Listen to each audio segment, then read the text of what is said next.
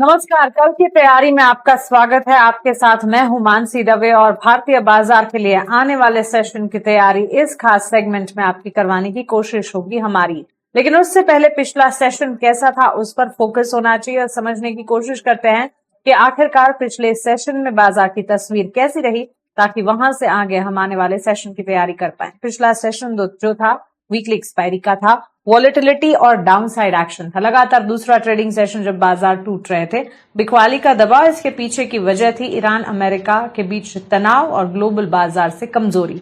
Global अनिश्चितताओं से कच्चे तेल में उबाल और इवेंचुअल इंपैक्ट हम देख रहे हैं इक्विटी कमोडिटी मार्केट्स में। बेंचमार्क्स में निफ्टी, बैंक निफ्टी और सेंसेक्स में बिकवाली रही और साथ ही ब्रॉडर मार्केट्स में भी मिड कैप स्मॉल कैप में गिरावट के साथ कामकाज देखने को मिला। एक हाथ सेक्टर को अगर छोड़ दीजिएगा, उसके अलावा हर तरफ गिरावट हावी होती हुई नजर आई। बड़ा ट्रिकी मार्केट था ओवरऑल। अगर आप देखिए, आईटी शेयरों में बिकवाली थी, ऑयल एक्सप्लोरेशन कंपनियां थी जो कि चल रही थी, और क्रूड कीमतों में उछाल और डिमांड शिफ्ट के चलते हम देख रहे थे कि किचन अप्लायंसेज वाले जो शेयर है उसमें एक मूव टूवर्ड्स अपसाइड आता हुआ दिखा था।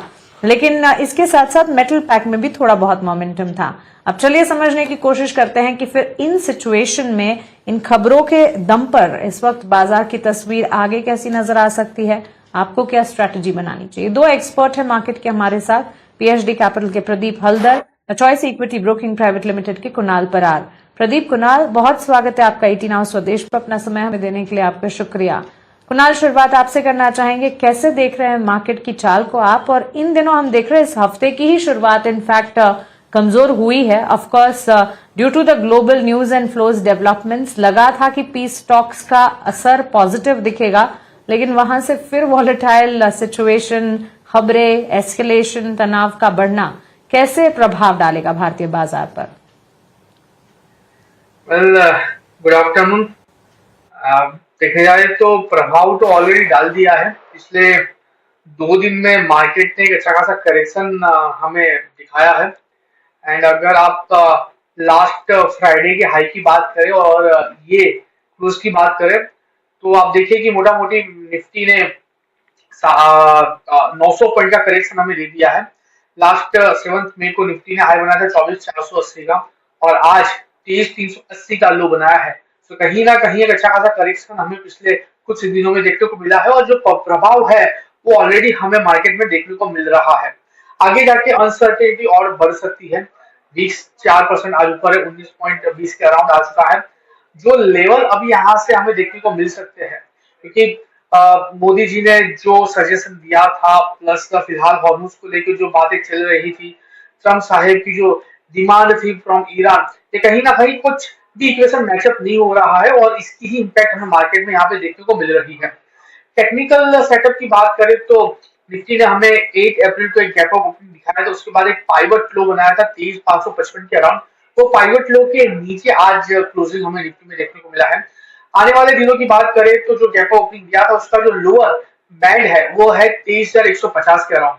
यानी हम ये कह सकते हैं कि 23,150 तक का भी लेवल निफ्टी हमें आने वाले दिनों में दिखा सकता है। अगर ये ब्रेक होता है तो फिर वो रिसेंट का जो लो बना है 22,180, वो भी दिखाने में झिझक नहीं करेगी निफ्टी। ऊपरी लेवल की बात करें तो वापस 24,000 स्ट्रॉन्ग रेजिस्टेंस है। अगर ये ब्रेक होता है तो स्मार्ट रिकवरी का एक्सपेक्टेशन रख सकते हैं, अदरवाइज निफ्टी इसी रेंज में ट्रेड होती रहेगी।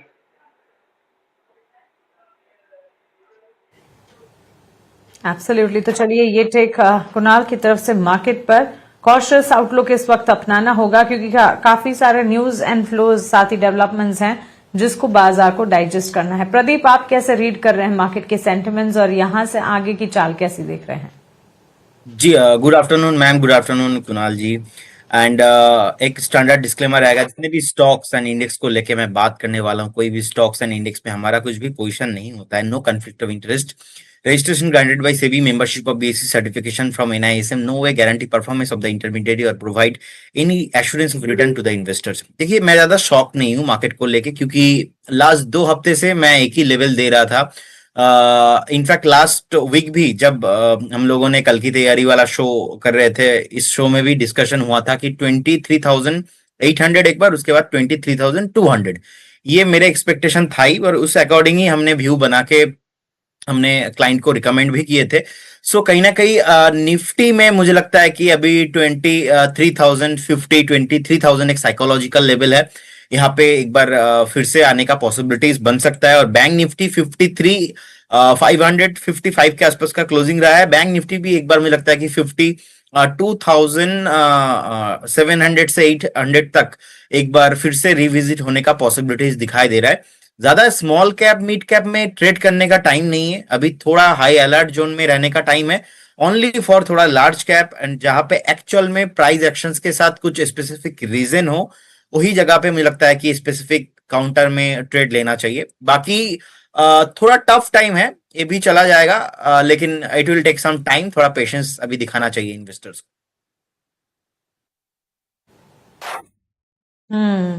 कभी कभी कोई ट्रेड कोई पोजीशन ना लेना भी एक रैशनल अप्रोच होता है और एक्सपर्ट यही समझाने की कोशिश कर रहे हैं। अच्छी पेडिग्री वाले स्ट्रॉन्ग सेटअप वाले स्टॉक्स में फिर भी निवेश का नजरिया बनाकर चल सकते हैं, लेकिन बिना सोचे समझे या सिर्फ और सिर्फ कोई स्क्रिप्ट की वैल्यू कम है इस चक्कर में किसी स्टॉक में छोटे मजौले और छोटी स्क्रिप्ट्स में उतरने की फिलहाल जरूरत नहीं है। ये राय फिलहाल, ये हिदायत हमारी तरफ से। सवाल जवाब का सिलसिला, हमारे QR कोड आपके स्क्रीन पर लगातार फ्लैश होंगे, स्कैन कीजिए और सेल्फ एक्सप्लेनेटरी है, वहां पर डायरेक्शंस को फॉलो करते हुए हमें सवाल पूछे। बाजार से जुड़े आपके सवालों को शामिल करने की मैं पूरी कोशिश करूंगी। कुणाल, पहला सवाल नरेश का है। अशोक लेलैंड के शेयर इन्होंने खरीदे हैं। 1000 शेयर्स अशोक लेलैंड के हमारे व्यूअर ने खरीदे हैं और अपने एंट्री लेवल जो है ये बता रहे हैं 168 के।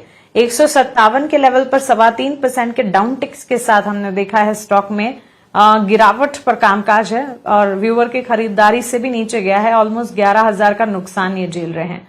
क्या राय होगी अशोक लेलैंड पर? वेल, पर्टिकुलर स्टॉक की बात करें, अशोक लेलैंड की बात करें, व्यू यहाँ पे पर्टिकुलर स्टॉक को लेकर थोड़ा नेगेटिव साइड का ही है। आज एक अच्छा खासा करेक्शन हमें स्टॉक में देखने को मिला है। 3% स्टॉक लोअर लेवल पे ट्रेड कर रहा था एंड जो मोमेंटम हमें आज देखने को मिले उसके बेस पे फर्दर गिरावट भी हमें स्टॉक में देखने को मिल सकती है, क्योंकि ओवरऑल मार्केट ही आज वीक लेवल पे था। लोअर लेवल की बात करूं तो जो व्यू यहाँ पे अशोक लेलैंड को लेकर बन रहा है, आज 200 डेज मूविंग एवरेज के नीचे स्टॉक ने क्लोजिंग दिया है, तो लाइकली चांसेस है 143 तक के लेवल हमें स्टॉक दिखा सकता है। मैं कहूंगा अगर ये स्टॉक 143 के लेवल पे आता है तो वहां पे वापस एक बार पोजीशन ऐड करके चलनी चाहिए, क्योंकि पहले भी 143 का सपोर्ट लिया था। सो 143 तक के चांसेस है। 143 आता है तो वहां पे वापस एक बार एवरेज करके चलने की सलाह यहाँ पे रहेगी। तो चलिए, ये राय अशोक लेलैंड पर हमें मिलती हुई और इस वक्त अगर आप देखें फंडामेंटल्स के लिहाज से पॉजिटिव ट्रिगर्स इस स्टॉक में मिल भी जाएंगे, बट हाँ, हम टेक्निकल्स के चलते अगर देखें लास्ट क्लोज हमने 3% के डाउन ट्रेंड के साथ ही इस स्टॉक में देखा है। अगला सवाल देख लेते हैं। हमारे व्यूअर ने GMR एयरपोर्ट पर खरीदारी की है। विक्रम यादव का सवाल है। प्रदीप, 5,000 शेयर्स GMR एयरपोर्ट के 90 रुपए के दाम पर इन्होंने खरीदे हैं। 94 के लेवल पर यह स्टॉक में 3.25% के डाउन ट्रेंड पर लास्ट क्लोज देखने को मिला है। स्टॉक में पिछले कुछ सेशंस की अगर देखें पैटर्न, गिरावट ही हावी हुई है, लेकिन व्यूअर ने बड़ी मात्रा में खरीदारी की है, इसलिए ठीक ठाक 25,000 तक का मुनाफा भी ये देख रहे हैं। क्या लगता है, टेक्निकली चार्ट स्ट्रक्चर को देखते हुए ये जो मुनाफा हुआ है उसे बांध लेना चाहिए या फिर पोजीशन को इंटैक्ट रखना चाहिए? जी बिल्कुल, मुझे लगता है कि एक बार प्रॉफिट बुकिंग उनको कर लेना चाहिए, क्योंकि ओवरऑल अगर GMR एयरपोर्ट का चार्ट हम देखेंगे 107-8 के ऊपर सस्टेन हो नहीं पाता है। जब भी थोड़ा बहुत 104 एंड 5 के आसपास आता है तो फिर से प्रॉफिट बुकिंग देखने को मिलता है। और अभी अगर आप प्रॉफिट बुकिंग नहीं करेंगे तो एक बार 84-85 तक रिविजिट होने का पॉसिबिलिटीज है, क्योंकि आपका 90 के आसपास बाइंग है। सो मुझे लगता है कि इमीडिएट लेवल पे मार्केट ओपन होते ही टुमारो आप एक बार प्रॉफिट बुकिंग कर लीजिए। अगर कल को फिर से 82-84 के आसपास आता है तो आपको बाइंग अपॉर्चुनिटी फिर से मिलेंगे। तो चलिए, ये राय GMR एयरपोर्ट्स पर एक बार एग्जिट कर जाए, एंट्री अपॉर्चुनिटी काफी मिलेगी, लेकिन इस वक्त जो आपको मुनाफा हो रहा है उस मुनाफे को एक बार ले लें, प्रॉफिट बुक करने की राय आपको मिलती हुई। अरुण का अगला सवाल है कल्याण ज्वेलर्स पर। अरुण कुमार दास गुवाहाटी से लिख रहे हैं। कुणाल, आपसे एक टेक जानना चाहूंगी। वैसे ज्वेलरी स्टॉक्स में हमने देखा था कल बहुत बड़ी गिरावट देखने को मिली थी, चाहे फिर वो लार्जर ज्वेलरी प्लेयर्स हो या फिर छोटे मझौले ज्वेलरी स्टॉक्स हो। अब व्यूवर के एंट्री की अगर बात करें, इन्होंने 90 शेयर्स खरीदे हैं।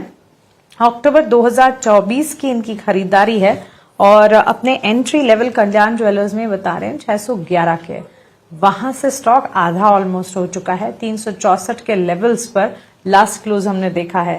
क्या राय होगी कुणाल, और करना क्या चाहिए इन्होंने? 22-23 हजार का नुकसान फिलहाल ऑन द कार्ड्स। फिलहाल होल्ड करके ही चलने की सलाह रहेगी।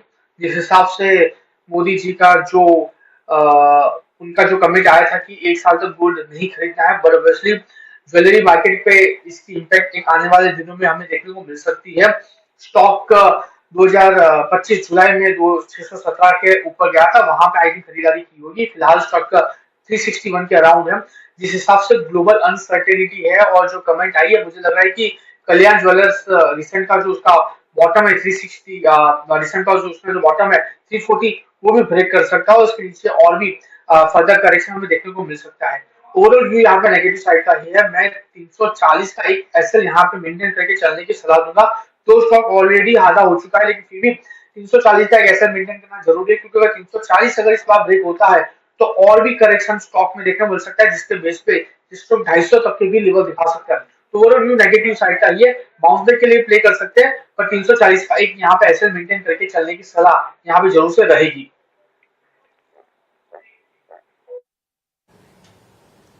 एब्सोल्युटली। चलिए, ये राय फिलहाल हमें मिलती हुई। और इस बीच स्टॉक वाइज अगर आप देखें, ऑयल एक्सप्लोरर्स में थोड़ा बहुत मूव नजर आ रहा था और लास्ट ट्रेडिंग सेशन में जहां कुछ तमाम सेगमेंट्स थे जिसमें एक मूवमेंट टुवर्ड्स अपसाइड थी, उसमें ऑयल एक्सप्लोरर्स भी थे। ऑयल इंडिया जैसे स्टॉक्स में अच्छी खासी मजबूती हमने देखी।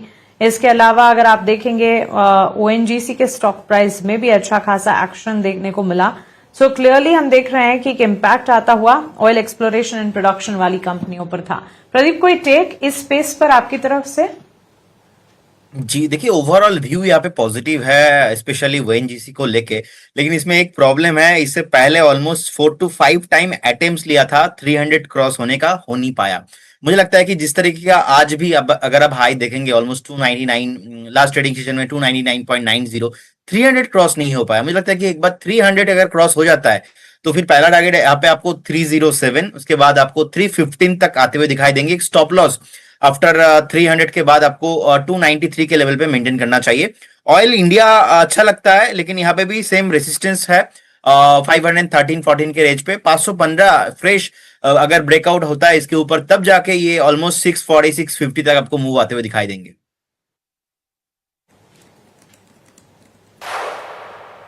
एब्सोल्युटली। तो चलिए, ये राय फिलहाल आपको मिलती हुई। और ऑयल एक्सप्लोरर्स के लिए लास्ट ट्रेडिंग सेशन जो है वो काफी अच्छा, काफी अट्रैक्टिव नजर आया। ऑयल इंडिया के स्टॉक में तो इनफैक्ट 7% के गेन्स भी देखने को मिले। चलिए, कुछ और सवाल देख लेते हैं जो हमारे व्यूअर्स की तरफ से आए हैं। और इस लिस्ट में एक और सवाल एल&टी फाइनेंस पर है। कुणाल, अनिल गुप्ता लिखते हैं एल&टी फाइनेंस के इन्होंने 200 शेयर्स खरीदे हैं। अपने एंट्री लेवल ये 90 के बता रहे हैं। लंबी अवधि का निवेश का नजरिया एल&टी फाइनेंस में इन्होंने लगाया है और इसी के चलते लॉन्ग टर्म पर्सपेक्टिव से हमसे एक राय, एक सलाह ये जानना चाह रहे हैं। क्या राय होगी एल&टी फाइनेंस पर? कैसे देख रहे हैं टेक्निकली चार्ट्स को आप? करीब 4-5% के डाउन ट्रेंड्स लास्ट सेशन में नजर आए हैं और पिछले कुछ सेशन से अगर देखें ऑलमोस्ट पिछले 6 महीने से स्टॉक में कोई पॉजिटिव अप मूव तो नहीं दिखा है। बहरहाल हमारे व्यूअर की खरीदारी से ऊपर गया है स्टॉक, करीब 40,000 का मुनाफा है इनके पास। एल&टी फाइनेंस की बात करें, व्यू यहाँ पे होल्ड करके चलने का ही है। 269 का राउंड ये स्टॉक ट्रेड कर रहा है। 200 डीएमए का काफी अच्छा सपोर्ट आ रहा है। मार्केट की वॉलेटिलिटी की वजह से ये करेक्शन हमें देखने को मिल रहा है, बट ओवरऑल पोजीशन को यहाँ पे होल्ड करके ही चलने की सलाह रहेगी। आने वाले दिनों में 310 जैसे ही ब्रेक होगा, ये 360 तक के भी लेवल दिखाने के लिए रेडी हो जाएगा। तो एग्जिस्टिंग पोजीशन को एक बार होल्ड करके ही चलने की सलाह यहाँ पे है।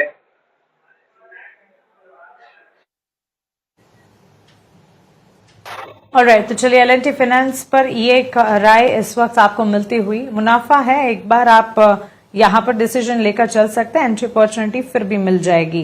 अमित अगले व्यूअर हैं, इन्होंने खरीदारी की है आईटी मेजर विप्रो पर। प्रदीप 500 शेयर्स विप्रो के खरीदे हैं, 228 अपने एंट्री लेवल बता रहे हैं। लंबी अवधि का नजरिया है इनका, तो लॉन्ग टर्म पर्सपेक्टिव उनसे जानना चाहते हैं। But all in all IT space में जिस तरह के उथल पुथल हमने देखी है, चलता भी है स्पेस, ऐसा नहीं है। रिजल्ट की शुरुआत आईटी मेजर्स से ही हुई है, उसके बाद स्पेस में मोमेंटम भी था, but otherwise again gains fizzle out भी हो जाते हैं और काफी वॉलेटाइल रहता है। क्या राय होगी व्यूअर के लिए, क्या लंबी अवधि के लिए इस सेगमेंट से पोजीशंस को इंटैक्ट रखना भी चाहिए? है 228 के रेंज पे, और मुझे लगता है कि उनको डेफिनेटली एक बार वेट करके जाना चाहिए। ओवरऑल ये जो एंथ्रोपिक वाला एआई प्रॉब्लम स्टार्ट हुआ था, उसके बाद हमने लगातार एक बार जो निफ्टी आईटी इंडेक्स है ओवरऑल एक सेलिंग प्रेशर देखा। अभी भी निफ्टी आईटी इंडेक्स 28,234 के आसपास का प्राइस चल रहा है। मुझे लगता है कि मैक्स टू मैक्स आपको 25,000 के आसपास आने का पॉसिबिलिटीज है, लेकिन विप्रो जो कि अभी 189 के लेवल पे है, आपको मैक्स टू मैक्स 170 से 165 के आसपास बेस फॉर्मेशन होने का हाई पॉसिबिलिटीज है। तो एक बार वेट कीजिए, जैसे ही फिर से अगेन 210 क्रॉस करके सस्टेन करेगा, आपको 270 से 300 का मूव आते हुए दिखाई देंगे। It will take 15 to 20 months, थोड़ा टाइम चाहिए होगा, क्योंकि ओवरऑल सिचुएशंस करंटली आईटी में अभी बाइंग नहीं है, स्ट्रेंथ नहीं दिखाई दे रहा है। लेकिन for the long term view definitely you should wait. Okay, long term नजरिया अगर है तो पोजीशन को इंटैक्ट रख सकते हैं। आईटी में क्लैरिटी फिलहाल नहीं नजर आ रही है, बट आज नहीं तो कल वहां पर भी क्लैरिटी जो है वो देखने को मिलेगी। और क्योंकि आईटी मेजर में आपने निवेश कर रखा है तो पोजीशन को रख सकते हैं। हिमालय भट्ट का सवाल है, गुजरात नडियाद से लिखते हैं, कुणाल हिंदुस्तान कॉपर के इन्होंने 250 शेयर्स खरीदे हैं। हिंद कॉपर 590 के दाम पर 250 शेयर्स की खरीदारी इन्होंने की है। अब लास्ट ट्रेडिंग सेशन में ही हम देख रहे थे कि मेटल पैक में एक मूव टुवर्ड्स अपसाइड था, तो हिंदुस्तान कॉपर के स्टॉक में टुवर्ड्स द क्लोजिंग बिकवाली का दबाव भी हावी होता दिखा। कैसे देख रहे हैं हिंद कॉर्प के चार्ट्स, और व्यूअर के लिए राय क्या होगी? लंबी अवधि का नजरिया बनाकर चल रहे हैं ये। 590 के अराउंड की खरीदारी है, 567 के अराउंड स्टॉक ने आज क्लोजिंग दिया है। व्यू आज पॉजिटिव साइड का था। अगर स्टॉक आज 590 के ऊपर अगर सस्टेन हो जाता तो बहुत ही बढ़िया मोमेंटम आने वाले दिनों में हमें देखने को मिलती। दो नजरिया लॉन्ग टर्म का है, एग्जिस्टिंग पोजीशन को होल्ड करके ही चलने की यहाँ पे सलाह रहेगी।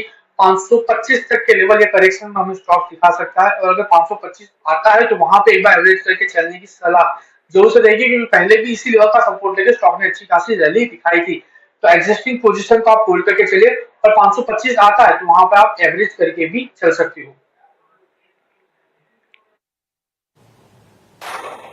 तो चलिए, ये रहा एक स्ट्रैटेजिक मूव आपको अपनाना होगा हिंदुस्तान कॉपर पर, और कुणाल ने यही स्ट्रैटेजी आपके सामने रखी।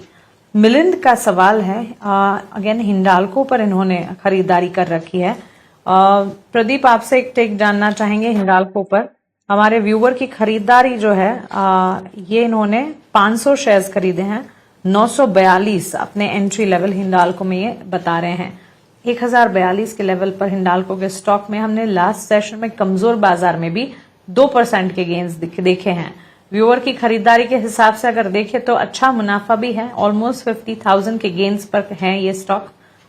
इनकी पोजीशन के हिसाब से अगर देखें तो इनके पोर्टफोलियो में करीब 50,000 का मुनाफा है। पिछले 6 महीने में यूं नहीं कहेंगे कि बहुत, लेकिन हाँ अच्छे खासे रिटर्न्स भी दिए हैं स्टॉक ने। क्या करना चाहिए? पोजीशन को बनाए रखें या फिर एक बार ये मुनाफा प्रॉफिट बुक करने के बारे में सोचें? देखिए, मुझे लगता है कि अगर आपका व्यू थोड़ा भी 2 से 3 क्वार्टर का है, so you should wait with a trailing stop loss. Trailing stop loss आपको 975 के रेंज में मेंटेन करना चाहिए, क्योंकि चार्ट स्ट्रक्चर बहुत ही पॉजिटिव है। इसमें स्ट्रेंथ है डेली, वीकली, मंथली, जो तीनों टाइम फ्रेम में है, तीनों टाइम फ्रेम में ही ब्रेकआउट आके रखा है। 1041 के आसपास का प्राइस है। अगर आप 2 क्वार्टर भी वेट करके जाते हैं, मुझे लगता है कि 1150-1200 तक जाने का हाई पॉसिबिलिटीज है। तो एक ट्रेलिंग स्टॉप लॉस आप 975 के रेंज में मेंटेन कीजिए, डेफिनेटली बने रहिए स्टॉक के साथ।